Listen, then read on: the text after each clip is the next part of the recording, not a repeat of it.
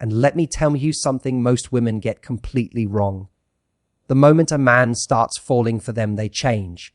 They overthink, they overgive, and they start trying to lock it in. And ironically, that's the exact moment they begin to lose him. Because what made him fall for you in the first place and wasn't effort, pressure, or perfection, but it was your freedom. So today, I'm going to show you how to do what 99% of women don't do when a man starts falling for them. And why that's exactly what makes him fall even harder. And don't rush the outcome. This is where almost everyone gets it wrong, because the moment you feel something real starting to happen and your instinct is to secure it. You want clarity, you want definition, you want to know, where is this going? And that urge feels justified, it feels smart, and it feels like you're protecting your time, your energy, your heart. But here's the truth most people don't realize. The faster you try to define something, the more pressure you put on it to perform before it's ready. And pressure is the enemy of natural attraction. And when a man starts falling for you, he's not just responding to you, he's responding to how he feels around you. He's feeling curiosity, excitement, and possibility. There's a sense of discovery, and discovery only exists when something is still unfolding. The moment you try to rush that process and you replace discovery with expectation. Now, instead of him thinking, I want to see where this goes, he starts thinking, and am I ready to meet what this is becoming? And those are two very different emotional experiences. You have to understand, and feelings don't grow under pressure. They grow in space. Space to miss you, space to think about you, space to come towards you willingly, and not because the moment demanded it, but because he genuinely felt pulled to. When you rush the outcome, you take away that space, and you start texting more than you normally would. You start reading into every little change in his tone, and you start asking subtle questions designed to figure out where his head is at. And none of this comes from confidence, it comes from urgency.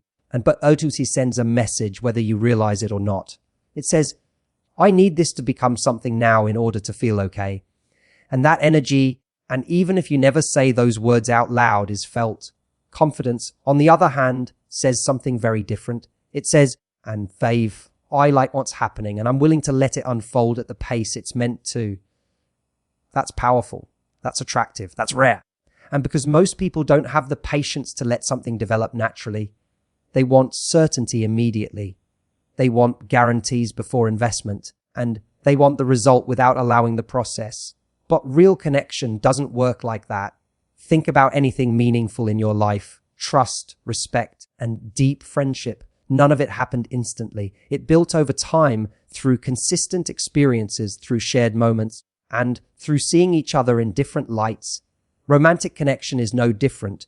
When you rush to define it too early, and you're essentially trying to skip the part where the bond actually forms. And here's the irony. And the more you try to secure it early, the less secure it actually becomes. Because instead of him choosing it naturally, and he starts to feel like he's being pulled into something. And people don't fall in love because they were pulled. They fall because they leaned in. And so what does it look like to not rush the outcome? It means you enjoy what's happening without constantly trying to label it. And it means you let conversations end without forcing the next one. It means you allow him to come towards you instead of always moving things forward yourself. And it means you trust that if something is real, it doesn't need to be forced. It will reveal itself. And most importantly, and it means you stay anchored in your own life. Because when your life is full, when you have things that matter to you, goals you're pursuing, and people you care about, you don't feel the same urgency to define one connection immediately. And you can appreciate it without needing it to become everything right away. That's the balance. You're prismed, but not consumed, and interested, but not desperate, open, but not rushing. And here's the deeper layer to this. And not rushing the outcome isn't just about keeping him interested, it's about protecting your own standards. Because when you slow things down and you give yourself time to actually evaluate him, does he show consistency? Does he follow through? Does he treat you with respect over time? And not just in moments of excitement. You can't answer those questions in a rush.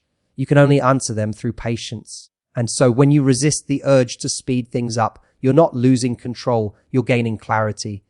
And that clarity is what allows you to choose wisely and instead of just reacting emotionally. At the end of the day, the strongest position you can be in is this. And you're not trying to turn something into a relationship. You're allowing a relationship to prove itself to you. And that shift changes everything. And because now, instead of chasing an outcome, you're experiencing a process. And when you can truly stay in that space, calm, grounded, and patient, and you become the kind of person who doesn't just attract love, but builds something that actually lasts. Stay grounded in your life. And this is one of the most attractive and most difficult things to do when someone you like starts showing real interest in you. And because the natural temptation is to make space for them. And at first that seems harmless, even romantic. You reply faster, you rearrange your schedule, and you start prioritizing their messages, their availability, their presence. And slowly, without even realizing it, and your world begins to revolve a little more around them and a little less around yourself. But here's the problem. And the very life that attracted them to you in the beginning starts to disappear. Think about how this connection started. You had your own rhythm and your own routines, your own passions, your own priorities, your own sense of direction. You weren't waiting for them. You were living your life. And that independence, that sense of fullness is exactly what made you magnetic. Now, fast forward to the moment they start falling for you. And if your response to that is to shrink your world and make them the center of it, you unintentionally remove the very quality that made you attractive in the first place. And because attraction doesn't just come from how you treat someone, it comes from who you are outside of them. When you stay grounded in your life and you send a powerful message without ever saying a word, you communicate, I value this connection, but I also value myself, my time, my world. And that balance creates respect because people don't deeply value what comes too easily or what abandons itself for them. Now, and staying grounded doesn't mean being distant or unavailable. It doesn't mean you ignore them or act cold or pretend you're too busy when you're not. And that's not confidence, that's performance. Staying grounded means you remain as real, you still show up, you still engage, you still enjoy the connection, but you come to his yourself in it. You don't cancel your plans every time they want to see you, and you don't drop your priorities to accommodate their schedule every time. You don't neglect your friendships, your goals, and all your personal growth just because something exciting is happening romantically. Because here's what most people don't realize. And when your entire focus shifts onto one person too quickly, it creates pressure, not just for you, but for them. And they start to feel like they're responsible for your happiness. They start to feel like they're the center of your emotional world. And even if they like you, that weight can become overwhelming. But when you stay grounded in your life, you remove that pressure and you allow the relationship to be something that adds to your life, not something that replaces it. That's what creates a healthy dynamic. And there's also something else happening here, something deeper. When you maintain your routines, your passions, your goals, you stay connected to your identity. And your identity is what keeps you stable. Because let's be honest, when you start liking someone, emotions can get intense. You can feel excited one moment and overthink. You can question. You can analyze every little thing. But when your life is full, you don't have the time or the emotional space to spiral in the same way. You go to the gym. You focus on your work or studies. And you spend time with friends who remind you who you are. And all of that keeps you grounded. It keeps you from becoming reactive, and it keeps you from placing all your emotional weight on one person. And that emotional stability is incredibly attractive because now, and instead of someone who needs constant reassurance, you become someone who is secure within themselves, someone who chooses connection but doesn't depend on it to feel okay. And here's the part that really matters. When you stay grounded in your life and you give the other person something to move towards. There's a sense that you have your own world, and if they want to be part of it, and they have to step into it. That creates pursuit. Not the kind of pursuit that comes from manipulation or games, but the kind that comes from genuine interest and respect. They see that your life has value, and naturally they want to be included in it. But if your entire life becomes centered around them, there's nothing to step into. there's nothing to discover. There's nothing to earn. And that's when attraction can slowly fade, not because you did something wrong, but because the dynamic lost its balance. And so staying grounded is about protecting that balance. It's about reminding yourself every single day that this connection is a part of your life and not your entire life. It's about continuing to invest in yourself, even as something beautiful begins to grow with someone else. And because the strongest relationships aren't built between two people who abandon themselves for each other. And they're built between two people who have their own lives and choose to come together. And when you can hold on to that, and when you can stay rooted in who you are, what you care about, and where you're going, you don't just keep someone interested, and you create a connection that feels exciting, balanced, and sustainable. And most importantly, and you never lose yourself in the process of loving someone else. Don't over-reward early effort. This is one of the most subtle mistakes people make, and one of the most damaging to long-term attraction. Because when someone you like starts showing interest, it feels good, really good. And they text you consistently, they make plans, they compliment you, they show just enough effort to make you think, this could be something. And in response, you naturally want to give back. You want to match that energy, maybe even exceed it. You start giving more of your time and more of your attention, more of your emotional investment. But here's where things quietly go wrong, and you begin to treat potential like it's already proven commitment.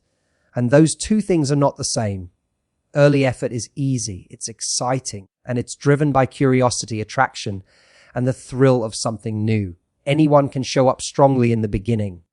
Anyone can say the right things and make the right gestures, create a good impression. But what actually matters is consistency over time, who they are after a few weeks, and who they are when life gets busy, who they are when the initial excitement settles into something more real.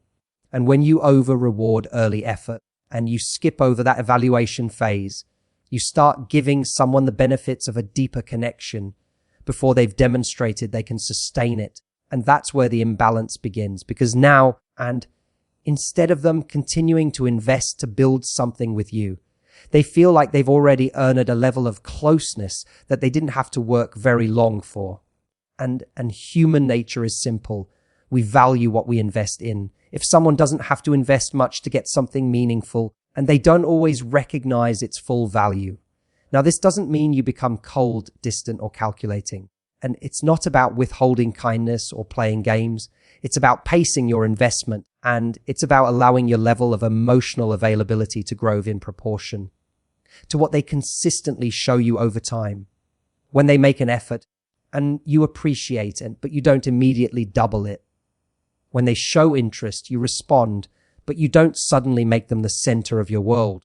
And when they do something thoughtful, you acknowledge it, but you don't treat it like it's rare or extraordinary if it's simply what should be expected. And because here's the truth. If you over-celebrate basic effort, you lower the standard without realizing it. And you start teaching someone that minimal consistency is enough to earn maximum access to you. And once that pattern is set, it's very hard to change. Instead, and you want to create a dynamic where effort is met with appreciation, but also with calm confidence. You're not surprised that they're showing up and you expect it. You're not overwhelmed by their attention. You're comfortable receiving it. You're not rushing to give everything back at once, and you're allowing things to build naturally. And that creates a completely different experience for the other person, because now, and instead of feeling like they've already secured your full investment, they feel motivated to continue showing up, to keep earning your time, and to keep deepening the connection, to keep proving that their interest is real and consistent. That's how attraction grows, and it grows through a cycle of effort and response, not effort and immediate over-delivery. And there's also something important happening on your side when you avoid over-rewarding early effort. You stay in a position of awareness. And you're not getting swept up in the excitement so quickly that you lose your ability to observe. You're paying attention. Does their effort stay consistent? And do their actions match their words? Do they follow through, not just once, but repeatedly? When you pace your investment and you give yourself time to answer these questions honestly. But when you overinvest early, you become emotionally attached before you have enough information. And once you're attached, your judgment changes. You start justifying things you wouldn't normally accept. You start overlooking inconsistencies. And you start hoping instead of evaluating. And that's how people end up in situations where they feel confused, unappreciated, or let down. And because they gave too much too soon to someone who hadn't yet proven they could meet them there. So the goal is not to hold back, and it's to move with awareness. It's to let your investment be earned step by step. And it's to understand that real connection isn't built in grand gestures at the beginning. It's built in steady, reliable behavior over time. And when you allow that process to unfold, something powerful happens.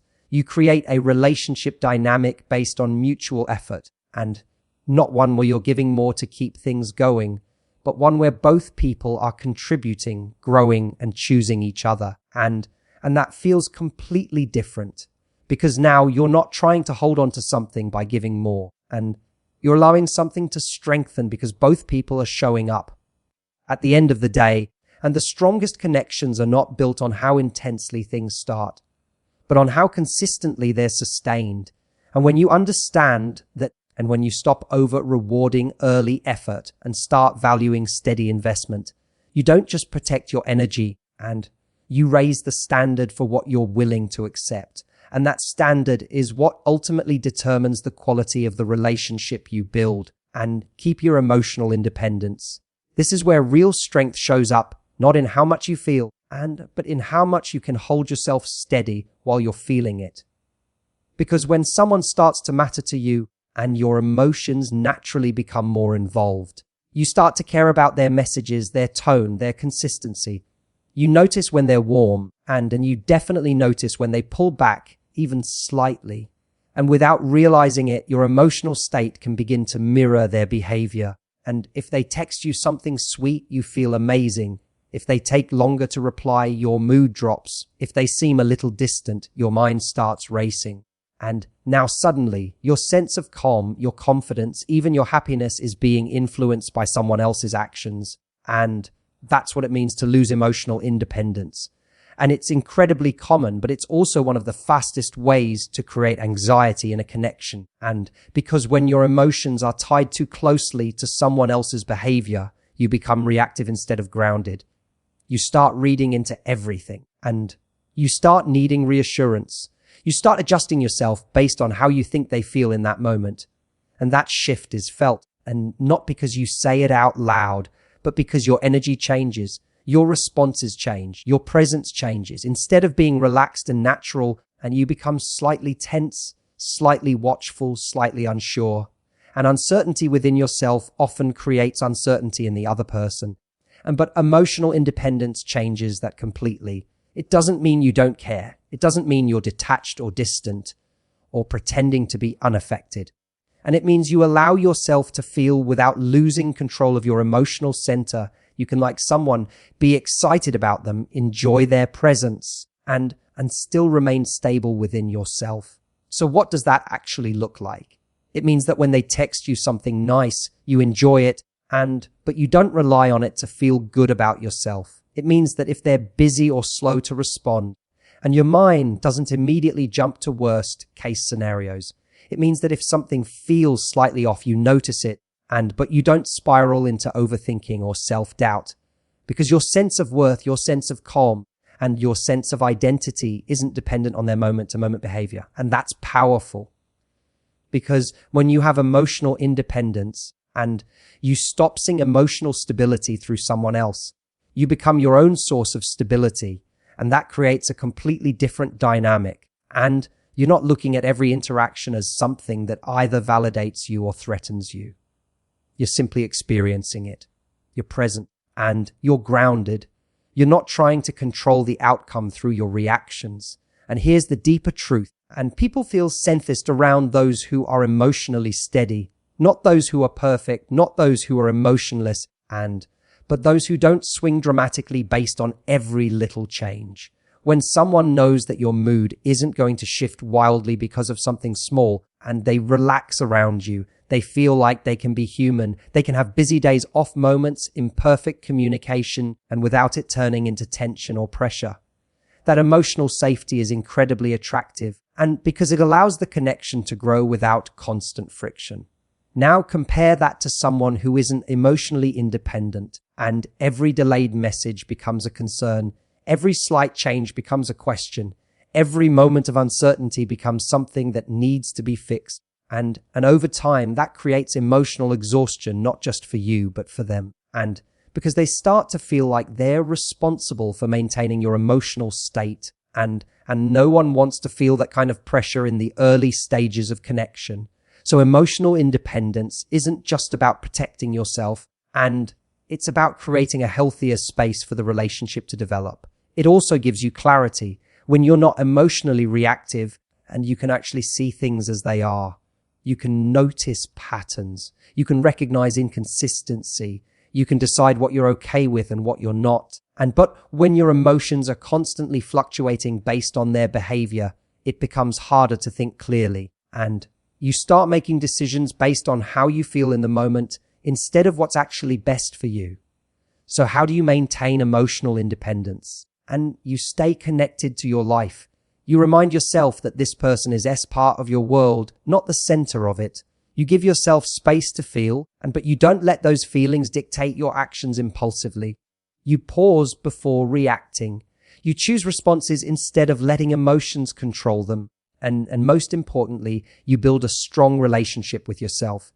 Because when you trust yourself and when you know that you'll be okay regardless of what happens, you don't cling as tightly to outcomes.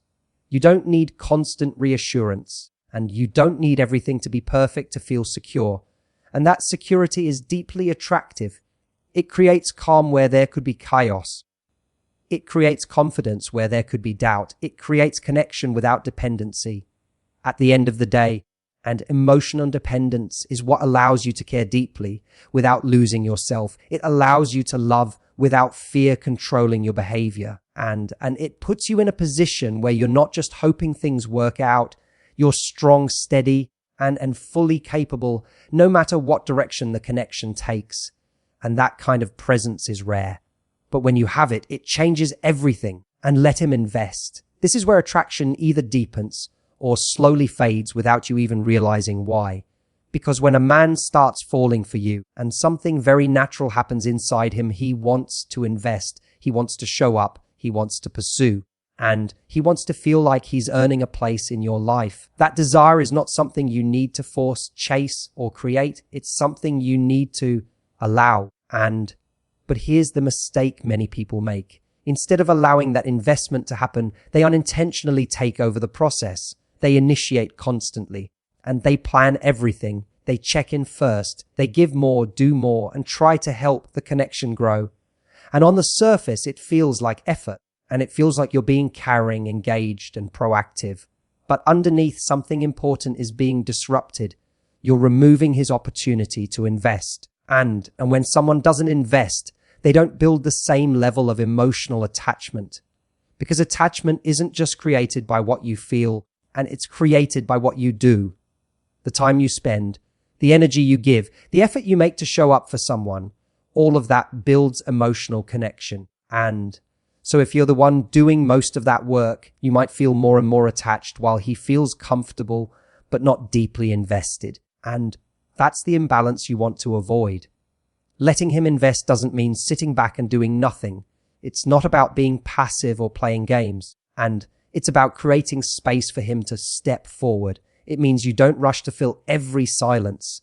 If a conversation ends, you allow it to end, and without immediately restarting it just to keep things going.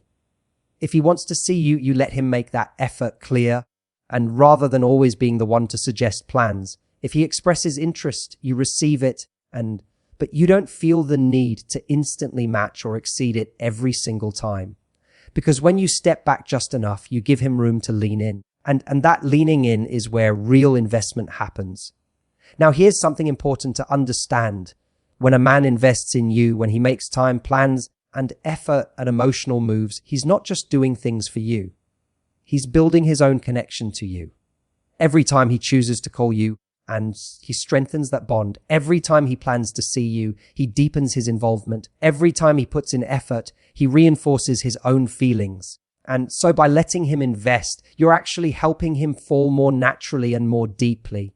But when you overcompensate, when you do too much too soon and you interrupt that process, you make it easy for him to enjoy your presence without having to earn it. And again, human nature comes into play. And we don't value things in the same way when we haven't had to invest in them. It's not about making things difficult. It's about making them meaningful. And there's a difference. Letting him invest creates meaning, because now every step forward he takes is something he chose, not something that was handed to him. And that choice matters. It creates a sense of pride, of ownership, of emotional involvement. Now, and there's also a deeper layer to this that's about your own self-worth. When you allow someone to invest, you're saying, I am worth the effort, and not in an arrogant way, not in a demanding way, but in a calm, confident way. You're not chasing their attention, and you're giving them the opportunity to show it. And that shift changes how you're perceived. And because instead of someone who is trying to secure the connection by doing more, and you become someone who is allowing the connection to grow through mutual effort. That's where respect is built. Now, let's be clear, and this also requires awareness. Letting him invest doesn't mean waiting endlessly for someone who isn't showing up, and it doesn't mean excusing inconsistency or lack of effort. If he's not investing at all, that's information. It tells you where his level of interest truly is. And instead of trying to fix that by giving more, you recognize it for what it is. You don't chase. You don't convince. You don't try to earn his attention. And because the right person won't need to be convinced to invest in you, they'll want to. And so letting him invest is also about having the strength to observe and respond rather than control. You notice what he does, and you allow space for him to step forward. You match effort, not exceed it dramatically. And through that process, you create balance. Because now, and both of you are contributing. Both of you are showing up. Both of you are building something together. And that's what makes a connection feel real, and not one person carrying the weight while the other simply enjoys it, but two people, each choosing to invest step by step. At the end of the day, an attraction doesn't grow because one person gives everything. It grows because both people are engaged in the process. And when you truly understand that, and when you stop trying to control the connection by doing more, and start allowing it to develop through shared effort, you don't just create attraction, and you create something that has depth, balance, and the potential to last, because he's not just there, he's invested. And that makes all the difference.